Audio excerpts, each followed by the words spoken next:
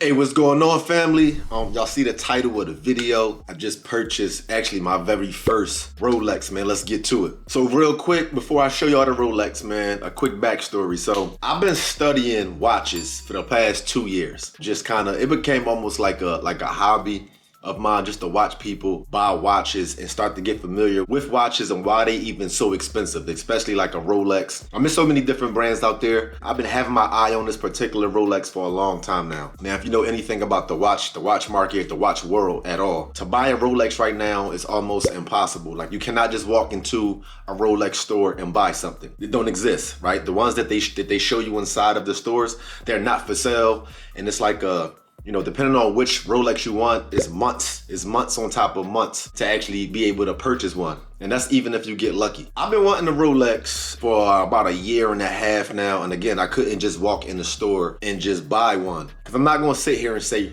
a watch is an investment. It's hard for me to say that doing what I do, investing in real estate where, I get monthly cash flow from my properties. Whereas though a watch don't give you monthly anything. To be all the way real with y'all, and I'll try to, maybe I'll put an article in a link below. The watch market is crazy. Especially for luxury watches. You could buy your watch for retail value, let's say for $10,000, and literally the next day you can go sell it for like $15,000 to $20,000. That's how crazy it is. Now, that's not my intentions. I plan on keeping my watch and keeping it forever and wearing my watch. I just wanted to spend money on something that made a little bit of sense, right? For me to buy a $10,000 plus watch, that's kind of hard for me to justify.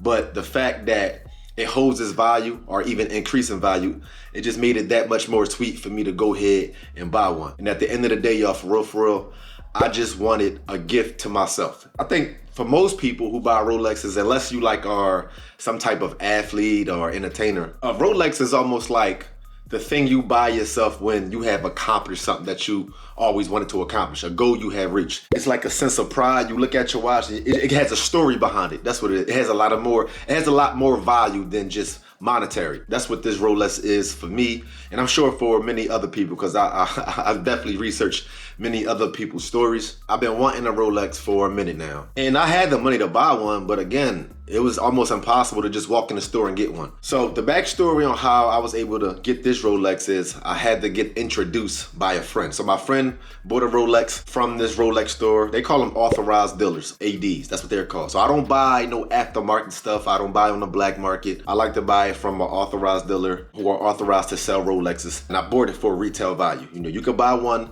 right now for the after value, which is going to be like $5,000, $10,000 more than what it really costs, which I wasn't willing to do. So back to my story. My friend introduced me to an authorized dealer. The authorized dealer was interviewing me, honestly. It wasn't like a traditional, I go in, I want this, and that's it. It was sit down, get to know me, what's my lifestyle, what do I do for a living, that type of thing. It was like an hour conversation. And after he got a good feel for who I was, he asked me, what Rolex did I want? So the Rolex I wanted, I wasn't able to buy, or I wasn't even able to get on a wait list because he told me I need buying history. I basically need a relationship with them. An ongoing relationship. That's how Rolex do business. And I actually appreciate that, honestly. It's actually a good business model. I had to get another watch that I also wanted, but it was a lower tier watch. So I wanted a Rolex Daytona. For those who are familiar with watches, I wanted a Rolex GMT Master. They call it the Pepsi or the Batgirl.